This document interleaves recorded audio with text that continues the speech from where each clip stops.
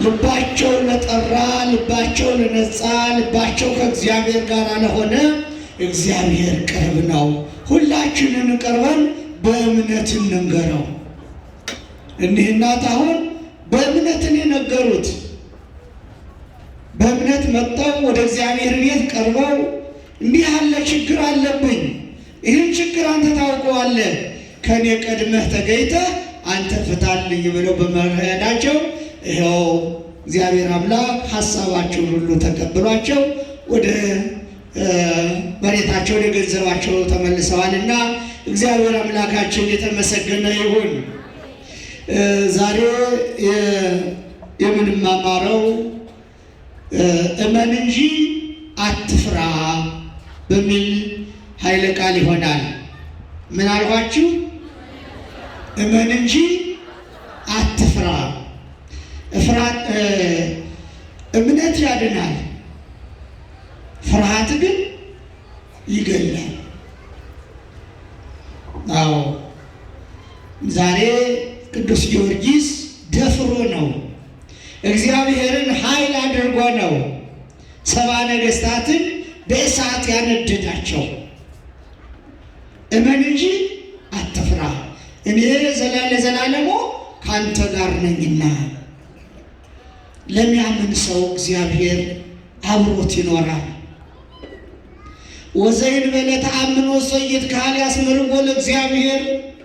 ያለ እምነት እግዚአብሔርን ማገልገል ከቶንም አይቻልም ማለት። መጀመሪያ ማመን፣ ከዚያ በኋላ ችግርን መንገር፣ እዚያ በኋላ ችግሩ ይፈታል ማለት ነው። ሳናምን እንዲሁ በድንግርግሩ መጠን ስንነግረው እምነታችን ልባችን የተለያየ ከሆነ ግን ያው ነገሩ ሁሉ ከንቱ ይሆናል ማለት ነው። ነገርን ከስሩ ውሃን ከጥሩ እንዲሉ አበው ታመመ ሞተ ከማለት አስቀድሞ ተጸነሰ ተወለደ ማለት ይቀድማል። ስለዚህ የቅዱሳንንም በዓላቸውን ከማክበር ታሪካቸውን ከመዘርዘር ዝክራቸውንም ከመዘከር ማን ይቀድማል? የት መጣቸውን ማወቅ መገኛቸውን መለየት ያስፈልጋል ማለት ነው። የቅዱሳን የት መጣቸው? የቅዱሳን መገኛቸው የት ነው? ማን ነው? ይህ ሁሉ ቅዱስ የተፈለፈለው ከየትኛው ተቋም ነው ቢሉ ከኦርቶዶክሳዊት ተዋሕዶ ቅድስት ቤተ ክርስቲያን የተገኙ ናቸው። እነዚህ ሁሉ ነቢያት ብትሉ፣ ሐዋርያት ብትሉ፣ ጻድቃን ብትሉ፣ ሰማዕታት ብትሉ የተገኙት ከዚች ከተቀደሰች ኦርቶዶክስ ሃይማኖት ውስጥ ነው። ለዚህ ነው እመን እንጂ አትፍራ። እግዚአብሔርን ይዞ ማን ይፈራል? ከእግዚአብሔር በላይ ማን አለ? ማንም የለም። ስለዚህ እመን እንጂ አትፍራ። የማርቆስ ወንጌል ምዕራፍ 5 ከቁጥር 39 ያለ ነው። ይህንን የተናገረው ባለቤቱ ኢየሱስ ክርስቶስ ነው። አዎ ጻድቃንን ሰማዕታትን ሲያሰማራ አየታቸዋል። ላይ ወንጌሉ ሲነበብ ምንድን ነው ያለው? እኔ በተኩላዎች መካከል እንደ በጎች ልካችኋለሁ፣ ያን ጊዜ ከእናንተ ጋር ነኝና አትፍራ። በተኩላዎች መካከል እንደ በጎች የዋሃን ናቸው። በጎች ጻድቃን ምሳሌ ናቸው። በጎች መከራን አይጸየፉም። በጎች ራሳቸውን ዝቅ አድርገው የሚኖሩ ጻድቃን ናቸው፣ የጻድቃን ምሳሌ ናቸው። ተኩላዎች ግን መሰሪዎች ናቸው፣ ነጣቂዎች ናቸው። በተኩላዎች መካከል እልካቸዋለሁ። ተኩላዎች በግ መምሰል ይችሉበታል። የበግ ለምድ ለብሰው ከበግ ጋር አብረው ይውላሉ ማለት ነው። ስለዚህ በተኩላዎች መካከል እልካችኋለሁና ያን ጊዜ ተጠንቀቁ፣ እንደ እባብ ብልሆች፣ እንደ ርግብ የዋሆች ሁኑ። ይሄ ነው የሚያስፈልገው ለክርስቲያን። እነ ቅዱስ ጊዮርጊስ ተኩላዎችን እነ ዱድያኖስ እነ መክስሚያኖስ እነ ዲዮቅልጥያኖስ የተባሉ አረመኔዎችን ድል ያደረጓቸው በዚህ ምክንያት ነው ወገኖቼ። በዚህ ምክንያት ድል አድርገዋቸዋል። በተኩላዎች መካከል ገብቶ ቅዱስ ጊዮርጊስ ድል አድርጎ የወጣበት ቀን ዛሬ ዕለት ነው። 70 ነገሥታትን ከሰማይ እሳት አውርዶ እንዲበላ ያደረገ ቅዱስ ጊዮርጊስ በዛሬው ዕለት ነው። አንገቱን ሰጥቶ ወደ ፈጣሪው የሄደ በዛሬው ዕለት ነው። 7 ዓመት ተጋድሎውን የፈጸመበት ቀን ዛሬ ነው።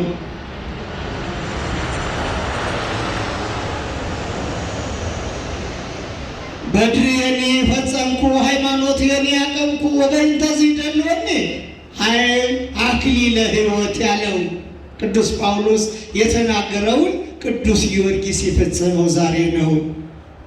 ሩጫዬን ጨረስኩ፣ ሃይማኖቴን ጠበቅኩ፣ ስለዚህ የሕይወት አክሊል ይገባኛል ብሎ ቅዱስ ጊዮርጊስ ዛሬ 7 አክሊላት የተቀበለበት ዕለት ነው። ክብርና ምስጋና ለሥላሴ ይሁንልን። 7 ዓመት ተጋደለ። 3 ጊዜ ገደሉት። 3 ጊዜ እግዚአብሔር አስነሳው። አዎ እመን እንጂ አትፍራ፣ እኔ ካንተ ጋር ነኝ። ይሄ ነው ምስጢሩ። እግዚአብሔር ጋር የሆነ ሰው አይሞትም፣ ቢሞትም ይነሳል። አዎ እመን እንጂ አትፍራ፣ እኔ ለዘላለሙ ካንተ ጋር ነኝና። አዎ የቅዱሳን የት መጣቸው? ይሄ ነው መገኛቸው። ኦርቶዶክስ ተዋሕዶ ሃይማኖት ይህች ናት ማለት ነው። ሃይማኖት ምንድን ነው? እንዲያው ቢጠይቁንስ ምን እንመልሳለን? ሃይማኖት ምንድን ነው? ሃይማኖት ምንድን ነው ይላል። ኦርቶዶክስ ነኝ። ሃይማኖት ማለትን ማለት ነው። ይህንን ማወቅ ይገባናል። ሃይማኖት ማለት ወልድ ዋሂድ በተዋሂዶ ከበረ፣ ከብረ፣ ተለዓለ፣ ነግሰ የሚባለውን ስም ክርስቶስ ያገኘው ክርስቶስ ከተባለ በኋላ ነው። ሥጋና ቃል ከተዋህዱ በኋላ ነው እንጂ በለመለኮት ብቻ ከብረ፣ ተለዓለ፣ ነግሰ የሚባል ስም አይስማማውም። ነገር ግን ክርስቶስ ቃል ሥጋ በሆነ ጊዜ ግን ይህ ቃል ንግስና ይገባዋል፣ ክብር ይገባዋል፣ ከፍ ከፍ ማለት ይገባዋልና ከብረ፣ ተለዓለ፣ ነግሰ የምንለው ክብሩን ሁሉ አገኘ ማለት ነው። ስለዚህ በዛሬው ዕለት በሃይማኖት ውስጥ ሃይማኖት ማለት ወልድ ዋሂድ በተዋሕዶ ከበረ። ሌላው አንደኛው ደግሞ ሃይማኖት ማለት አሚንሰ መሰረቱ ይእቲ ወካልአኒሃ ህንፃ ወንድቅ። ሃይማኖት ማለት ምንድን ነው? መሰረት ማለት ነው፣ መነሻ ማለት ነው። ሌሎቹ ግን ጣራና ግድግዳ ማለት ናቸው። ሌሎች የተባሉት ምንድን ናቸው? ሃይማኖት የተባለውስ ምንድን ነው? አንድ ቤት መሰረቱ ይጸናል፣ ግድግዳው ይሰራል፣ ጣራው ይደፋበታል። ምን ይባላል? አንድ ቤት ይባላል። ስለዚህ ሃይማኖት አሚንሰ መሰረት ይእቲ ወካልአኒሃ ህንፃ ወንድቅ። ሃይማኖት መሰረት ናት አለ። መሰረት፣ ተስፋ፣ ፍቅር፣ ህንፃና ግድግዳና ጣራዎች ናቸው አለ። ሃይማኖት ኑሮን ፍቅር ከሌለን ተስፋ ከሌለን ዋጋ የለንም ማለት ነው። ስለዚህ አሚንሰ መሰረት ይእቲንተ እምኀበ ተረከበ ሃይማኖት ከየት መጣ እንዴት ተገኘ የሚልም ጥያቄ ሊያስከትልብን ይችላል ወገኖቼ። ሃይማኖት ማለት እምነት ነው። በማን? በእግዚአብሔር ማመን። እግዚአብሔርን ያየው አለ? የለም። ስለዚህ በዓይኔ ካላየው በእጄ ካልዳሰሱ ብሎ እንደ ቶማስ ከመጠራጠር አምኖ መቀበል። የምናምነው ምኑን ነው? መኖሩን፣ መጋቢነቱን፣ አንድነቱን፣ ሦስትነቱን፣ ኃያልነቱን። እስኪ ተመልከቱት። ይህንን ሁሉ ፍጥረት ፈጥሮ የሚመግብ አምላክ፣ ከሃሊው አምላክ፣ ሁሉን ቻይ አምላክ እግዚአብሔር አምላክ ሁሉን የሚችል መሆኑን፣ አንድነቱን፣ ሦስትነቱን፣ ምልአቱን፣ ስፋቱን፣ ርቀቱን የእግዚአብሔርን አምኖ መቀበል እንጂ በዓይኔ ካላየው በእጄ ካልዳሰሱ ብለው ሳይጠራጠሩ አምኖ መቀበል ምን ይባላል? ሃይማኖት። አሚንሰ መሰረት ይእቲ የተባለው ለዚህ ነው። ሃይማኖት ማለት መሰረት ነው። ከመሰረቱ ላይ ነው ግድግዳውም ጣራውም የሚቆመው። ሃይማኖት የሁሉም መሰረት ናት። አንድም ሃይማኖት እንተ እምኀበ አብ ተረክበት ወኀበ ወልድ ታበጽሕ ወኀበ መንፈስ ቅዱስ ትትፌጸም። ሃይማኖት በአብ ልብነት ታስባ በወልድ ቃልነት ተነግራ በመንፈስ ቅዱስ እስትንፋስነት ተፈጸመች። ክብርና ምስጋና ለሥላሴ ይቆየን። ይህችው ሃይማኖት ናት እንግዲህ ይህንን ሁሉ ነቢይ፣ ይህንን ሁሉ ሐዋርያ፣ ይህንን ሁሉ ጻድቅ፣ ይህንን ሁሉ ክርስቲያን ያፈራችው ይቺ ሃይማኖት ናት። የዚች ሃይማኖት ልጅ ነው የእግዚአብሔር ወዳጅ የተባለው ወገኖች። ሌላ ሃይማኖት እንደሌለ ማወቅ ያስፈልገናል። ስለዚህ ሳንጠራጠር አምነን በፍጹም ልቦና ተቀብለን እግዚአብሔርን መሐሪነቱን፣ አዳኝነቱን፣ መጋቢነቱን፣ አንድነቱን፣ ሦስትነቱን አምኖ ቶማስ እጄን አስገብቼ ችንካሩ በገባበት ጣቴን አስገብቼ የተገረፈውን ጎኑን እጄን ጎኑን ዳስሼ በጦር የተወጋውን ካልዳሰስኩ አላምንም ነው ያለ። አያችሁ፣ በአንድ በኩል ጥሩ አይደለም፣ በአንድ በኩል ደግሞ እውነቱን ነው። ለምን እውነቱን ሆነ? ሐዋርያት አስቀድመው አይተዋል። ሐዋርያት ቀድመው ስለተመለከቱ እነሱ አየነው፣ ዳሰስነው፣ አብረን በላን ብለው ሲያወሩ ቶማስ ምን ብሎ ያስተምር? አዎ ሰማሁ ብሎ ያስተምር አይገባም። አየሁትን ማለት አዎ ጣቴን እጄን አስገብቼ ጎንህን መዳሰስ አለብኝ አለ። ስለዚህ አብረን መኖራችንን በእምነት ነው ከእግዚአብሔር ጋር የምንቀራረበው። ወዘእንበለ ተአምኖ እሰይ ያለው ቅዱስ ጳውሎስ ስለዚህ ነው። ወዘእንበለ ተአምኖ እሰይ ይትከሀል ያስምርዎ ለእግዚአብሔር። ያለ ሃይማኖት እግዚአብሔርን ማገልገል አይቻልም አለ። ስላመነ ነው ቅዱስ ጊዮርጊስ የመጨረሻ ሕይወቱን እስኪሰጥ ድረስ ተጋድሎውን የፈጸመ በእምነት ነው። ዛሬ ስንቶቹ እኛ አማኞች ነን፣ እምነታችንስ ምን ያህል አድጓል ነው? እየቀጨጨ ነው። የእኛ ሃይማኖት እየቀጨጨ ነው የሚያድረው። ለስጋ ነዋ የምናደላው፣ ለነፍሱ የሚያደላ የለማ። ለእግዚአብሔር ብሎ የሚነሳል። የእግዚአብሔር ቃል እኮ ለቅዱሳን እኮ ምንድን ነው? እግዚአብሔር ቤት አልሰራም፣ እግዚአብሔር መኪና አልገዛም፣ እግዚአብሔር ቤት ሰርቶ ነጋዴ ገበሬ ሆኖ አልኖረም። ያው ስለዚህ እግዚአብሔር ይህንን ዓለም ንቆ ነው ያሳየን። ሐዋርያትን ከእሱ ተምረው ንቀው ነው ያሳዩን። እሱን ተከትለውን ይሄዱ። ያው አንድ ባለጸጋ ቀረበና በሚያስተምርበት ጊዜ ጌታ ሆይ አለ፣ የዘላለም ሕይወትን ወርስ ዘንድ ምን ማድረግ ይገባኛል አለ። የዘላለም ሕይወትንም ለመውረስ ብትፈልግ ያለህን ሁሉ ሽጠህ ለውጠህ መጽውተህ ለነዳያን ሰጠህ ተከተለኛል። ያችሁ ፈተና እንደዚህ ያለ ፈተና አለ። አሁን እኛ እናደርገዋለን አናደርገው። ይህንንማ ጌታ ሆይ የዘላለም ሕይወትን ለመውረስ ምን አድርግ ተብሎ ነበረ? ትእዛዛቱን ጠብቅ፣ አስቀድሞ ትእዛዛቱን ጠብቅ ብሎ ተነገረ። የትኞቹን ትእዛዛት?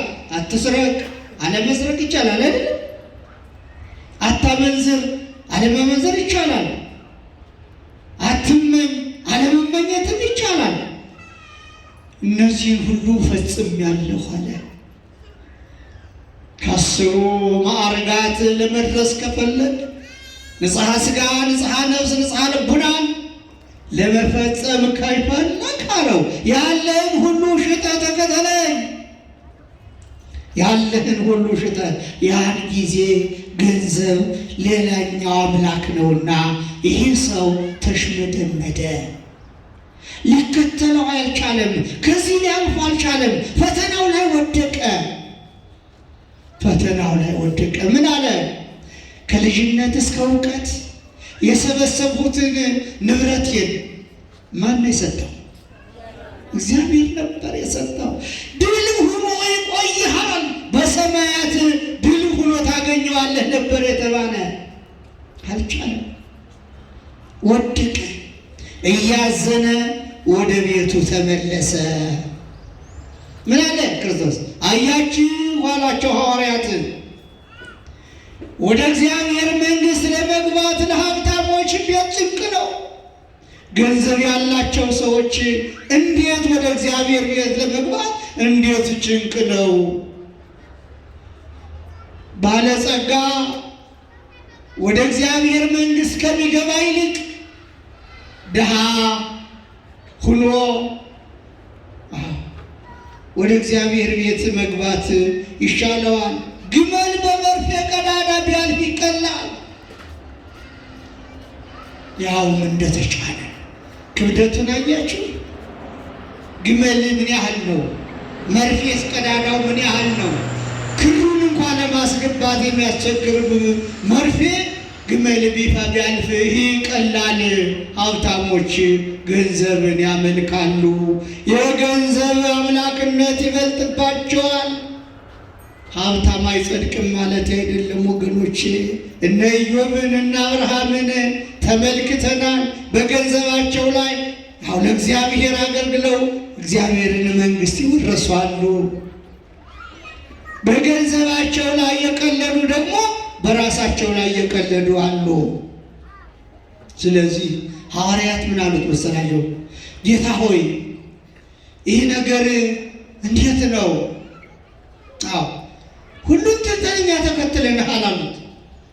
ሁሉን ትተን ነገር ሚስቶቻቸውን፣ ልጆቻቸውን፣ እርሻቸውን፣ ንግዳቸውን የተለያየ ስራ ነበረባቸው ሐዋርያት።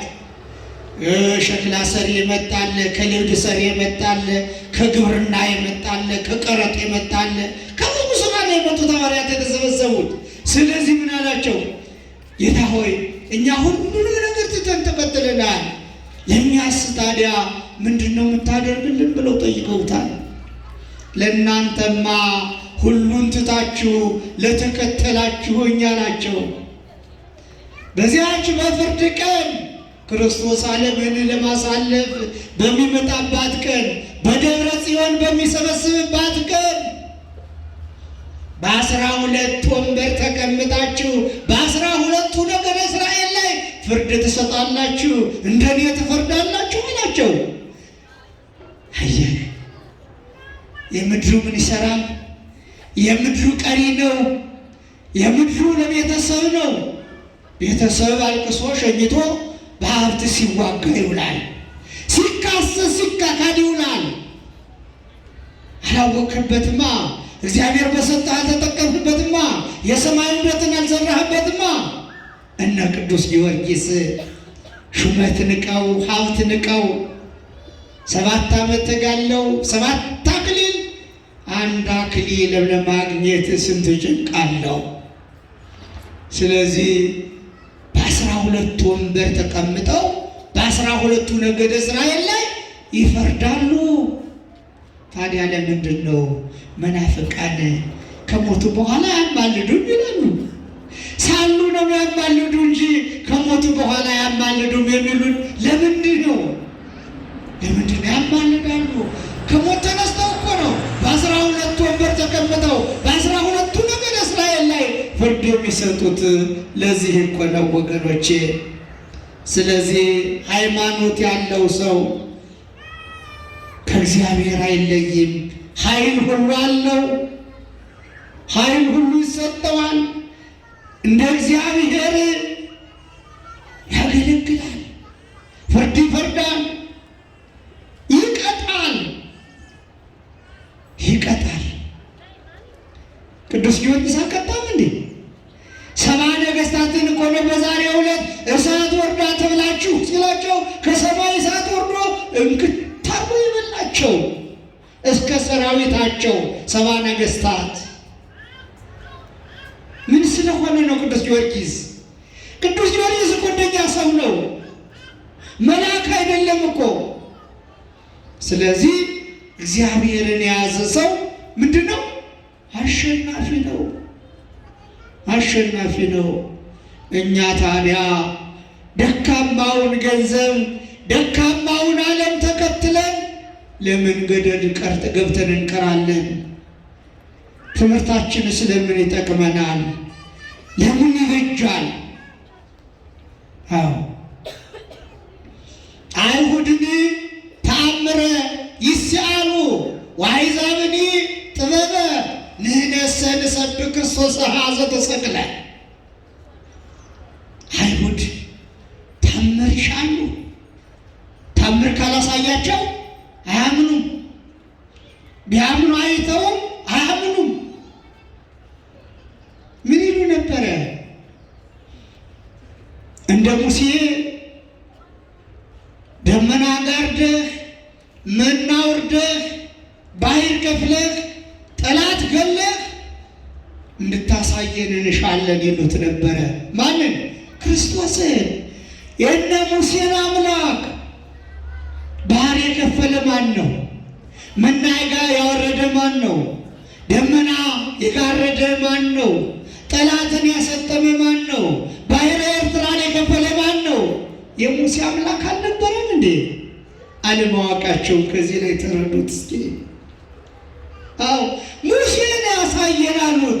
የሙሴ አምላክ መሆኑን አላወቁትም።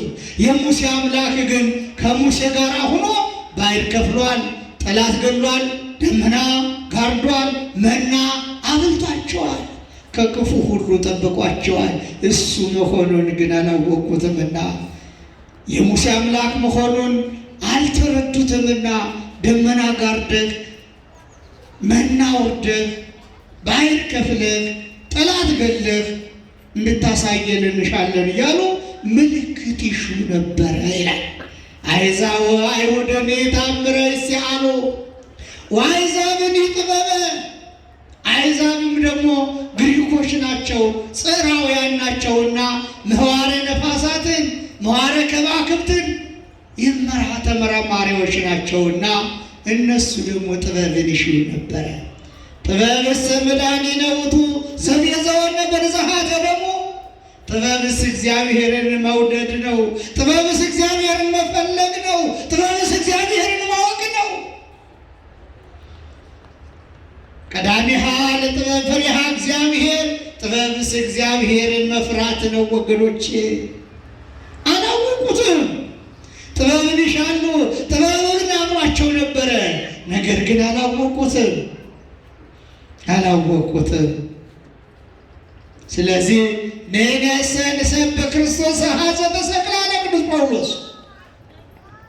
እኛ ግን የተሰቀለውን ስለኛ የሞተውን ስለኛ የተገረፈውን ስለኛ መከራ የተቀበለውን ስለኛ የሞተውን ክርስቶስን እንሻለን አለ። ክርስቶስን እንሻለን። ነነሰ ክርስቶስ ሀዘ ተሰቅለ ክርስቶስን መፈለግ ይሻለናል። ክርስቶስን የያዘ ሰው የሚያሸንፈው የለም፣ ድል የሚያደርገው የለም። እሱ ድል አድራጊ ነው። ድል አድራጊ ነው። ቅዱስ ጊዮርጊስ እኮ 7 ዓመት የተጋደለው ብቻውን አልነበረም። ሲሞት የሚያስነሳው ማን ነበር? እግዚአብሔር ነበር እኮ።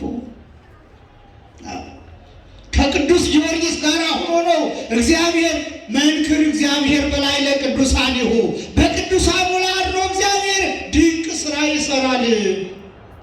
መንክር እግዚአብሔር በላይ ለቅዱሳኒሁ በቅዱሳኑ ላይ ያደረ ታምር ይሰራል።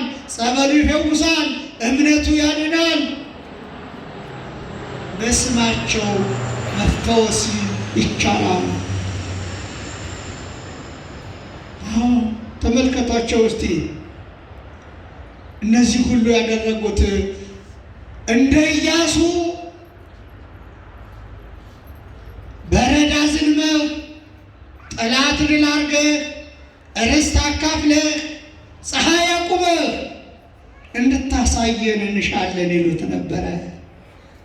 ኢያሱ ፀሐይ ቢያቆም ጠላት ቢገል ርስት ቢያካፍል በማን ኃይል ነው? በእግዚአብሔር ኃይል እኮ መሆኑን አላወቁት። ኢያሱም አንደኛ ደካማ ሰው እኮ ነው። ኃይል የሆነው እኮ እግዚአብሔር ነው። ደካማውን ኃያል፣ ኃያሉን ደካማ የሚያደርግ ማን ነው? እግዚአብሔር ነው። ኢያሱ እንደኛ ደካማ ሰው ነው። ከሙሴ ቀጥሎ ምስፍናን የተቀበለ እስራኤልን መርቶ ምድረ ርስት ያገባ ኢያሱ ነበረ። ስለዚህ እንደ ኢያሱ ባሉት ጠላት ድል አድርገ በረዳ ዝልመህ ኢያሪኮን ግንብ አፍርሰህ። የእስራኤል ጩኸት እኮ ነው ኢያሪኮን ግንብ ያፈረሰ። የእኛ ጩኸት ምነው ዛሬ ቅድመ እግዚአብሔር አልደርስልን ያለ ምን ነው ይሆን? ከኛ ነው ጉለቱ። ሁላችንም በንጹህ ልብ በእምነት እግዚአብሔርን እንለምነው። ስለዚህ የሙሴ አምላክ፣ የኢያሱ አምላክ፣ የአብርሃም አምላክ፣ የይስሐቅ አምላክ፣ የያዕቆብ አምላክ፣ የሕያዋን አምላክ ዛሬም አለ፣ ከእኛ ጋር ነው ወገኖቼ። እነሱን የረዳ አምላክ እኛንም ይረዳናል። የእኛንም ጠላት ድል ያደርግልናል። አምነን እንለምነው፣ አምነን እንከተለው። ስንከተለው ዝም ብለን በጨፍኖ አይደለም፣ ልባችን ከፍተን እንምጣ። ወደ እግዚአብሔር ልመናችንን እናቅርብ፣ በእምነት እንንገረው። ስለዚህ ከኢያሱ ጋር እግዚአብሔር ነበረ፣ ከሙሴ ጋር እግዚአብሔር ነበረ፣ ኋላም ኤልያስ ጋር እግዚአብሔር ነበረ። ኤልያስስ እነ ኤልዛቤል እና አክዓብ የተባሉ አረመኔዎች ነገስታት ተነስተውበት እግዚአብሔርን ትተው ጣዖት አቁመው የሚያስመልኩ የፈጠራቸውን አምላክ የረሱ ምን አደረገ? የሚያደርገው ቢያጣ ኤልያስ ሰማይን ገሰጸ። ዝናብ እንዳይወርድ አድርግ አለው። እግዚአብሔርን አደረገለት። 3 ዓመት ከ6 ወር ዝናብ ቀጠለ። ምን እንሆናለን? ምን መሆናለን? ኃይሉ የት አለ? የሰው ኃይል እስከዚህ ድረስ ነው። የ1 ዓመት ዝናብ እንኳን ቢቆም ለሕዝቡ የሚመግበው የሌለው መንግስት ለራሱ ባለ ተስፋ ነው። ስለዚህ ዝናብ ቆመ፣ ሕዝቡም አለቀ፣ እንስሳቱ አለቀ፣ ረሃቡ ጸና። ኤልያስ ግን አሞራ ስጋ እያመጣ ይመግበው ነበር። የሚገርማቸው ነገር አሞራ ስጋ ነው የሚያመጣውም አሞራ ነው። እንዲህ አይገርምም? አሞራው ጠግቦ አምጥቶ ለኤልያስ በዋሻ ይመግበው ነበር 3 ዓመት ከ6 ወር ድረስ።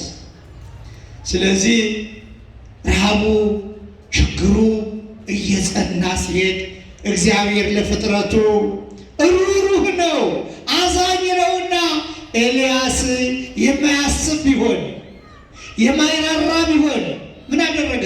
እርምጃ ወሰደ። ምን አይነት እርምጃ ነው እግዚአብሔር በሙሴ በኤልያስ ላይ የወሰደው? ምግቡን አቆመበት።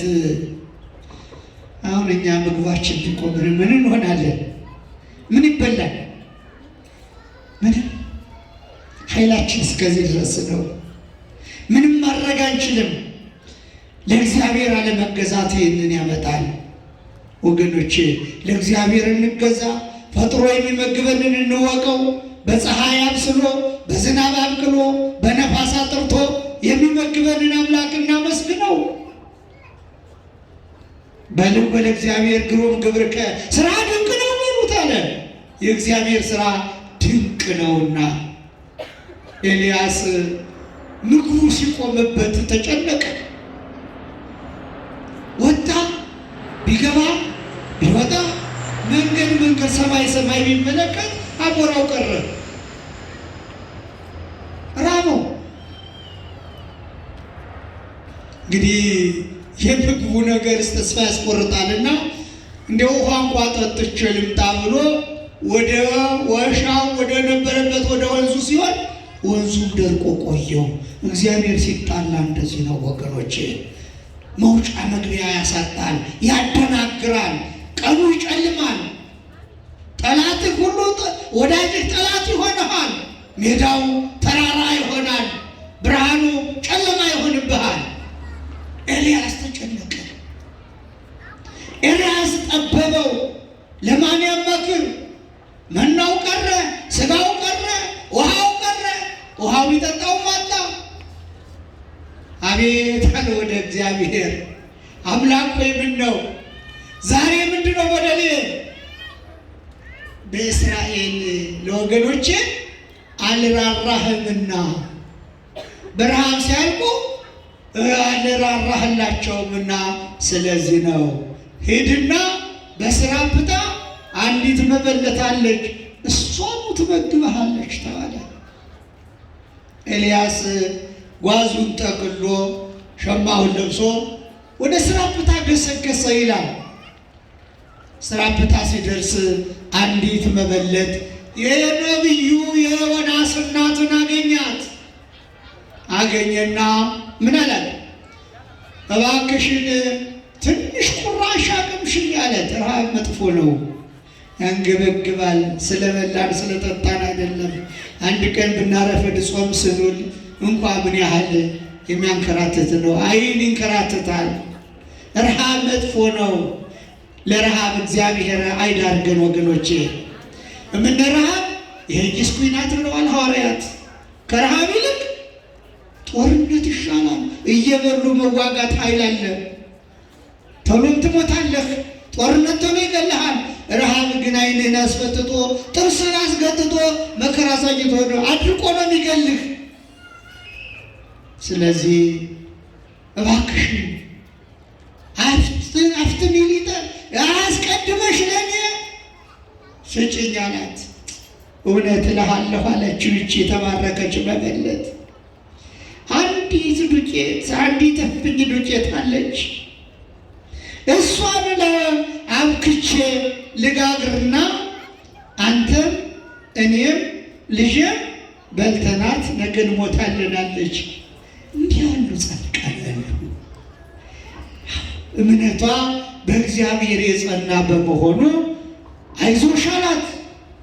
ኤልያስ አይዞሽ አልሞትም፣ እግዚአብሔር በረከቱን ያለቃል፣ እግዚአብሔር በረከቱን ይሰጠናል አላት። በማሰሮውን ሰብስቢ፣ በየጎረቤት ያለውን ጉተራውን ክፈቺ፣ ዱቄቱ ይሞላል፣ ጥሬው ይሞላል፣ ቅቤው ይሞላል፣ ዘይቱ ይሞላል፣ ሁሉም ነገር ይሞላልሻል አላት። ተመልከቱ፣ ያችንን በልተው ሲነርሱ ቤቷ በበረከት ሞልቶ የዛይቱ የማሩ የቅቤው የጥሬው የዱቄቱ ቦታ ሁሉ ሞልቶ ተገኘ። ክብርና ምስጋና ለሥላሴ ለወላዲተ የእኛንም ጓዳ ጎድጓዳውን እግዚአብሔር ይሙላልን። ዛሬ ሁሉም ተቸግሯል። ዛሬ ሁሉም ጠቦታል።